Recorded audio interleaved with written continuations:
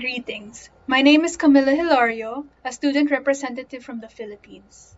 Before anything else, I would like to thank you First World leaders for hearing me out on my advocacy about the necessity to empower developing nations and how allocating more of your budget towards this cause benefits the entire world. To start off, I would like to show some data on poverty rates to put into perspective how many people live in impoverished conditions, with most of these people coming from third world countries. According to the World Bank, in 2015, 10% of the world's population, or 734 million people, lived on less than $1.90 a day. That's down from nearly 36%, or 1.9 billion people in 1990, which is a good thing. However, the positive direction the world's poverty rates is heading towards is bound to turn for the worse this year due to the effects of the ongoing COVID-19 pandemic, as many of the world's poor will face the loss of jobs and other basic services such as education and healthcare. With this, you might be wondering, why should I care? The happenings occurring in the third world do not affect me. Well, I would like to prove you wrong. Even though your intentions do not necessarily come from a pure humanitarian standpoint, giving aid to developing nations has many advantages, though selfish, that benefit the first world.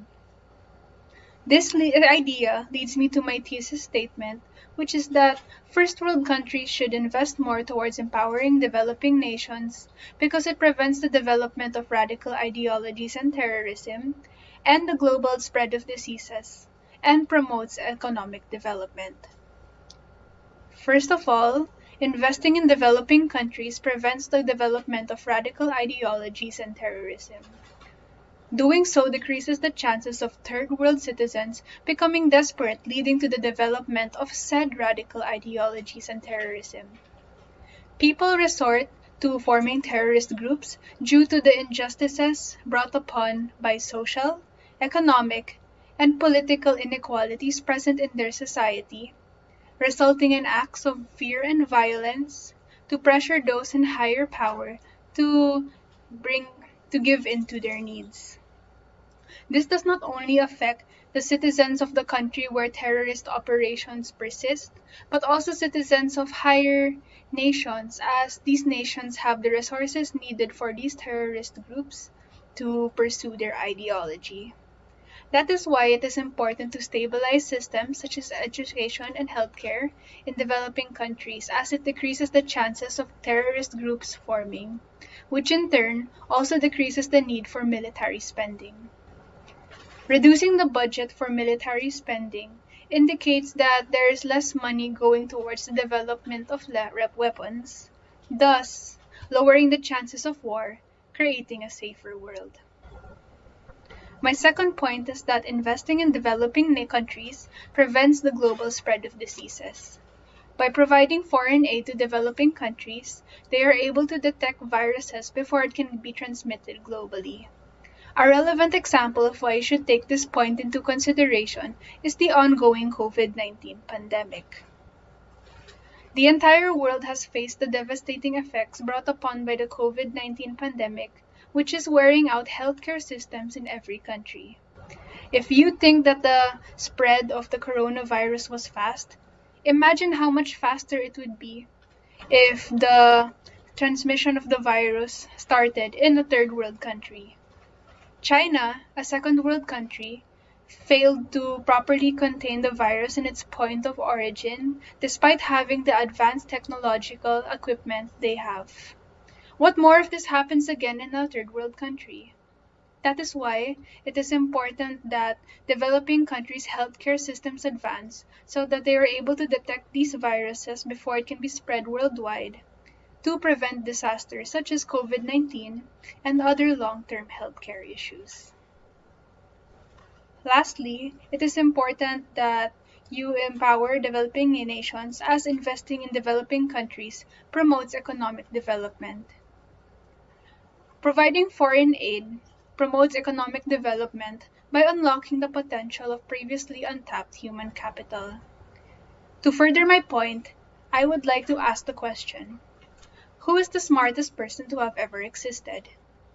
Many of you may answer Albert Einstein or Stephen Hawking. However, with 108 billion people to have ever existed on Earth, it is a statistical certainty that Albert Einstein or Stephen Hawking were not the smartest persons to have ever existed. In fact, it could have been a person living in a developing country using their brain power just trying to survive. With this, it is important to provide foreign aid as it gives opportunities for third world countries' youth to develop technical skills so that their brains can create innovations that will benefit the world.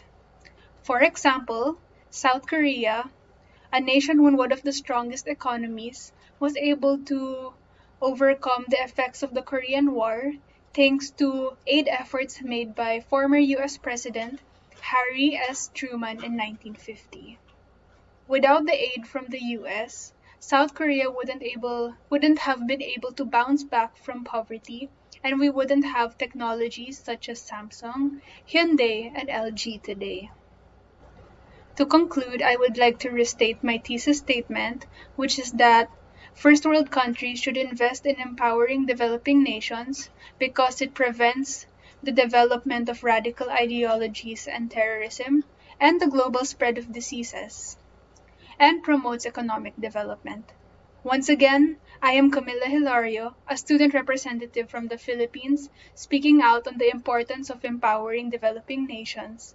And I would like to thank you again, First World leaders, for giving me some of your time to hear my advocacy. To end, I would like you guys to think that of the possibility that the next big thing might come from a poor country who is just a developing nation today. Thank you.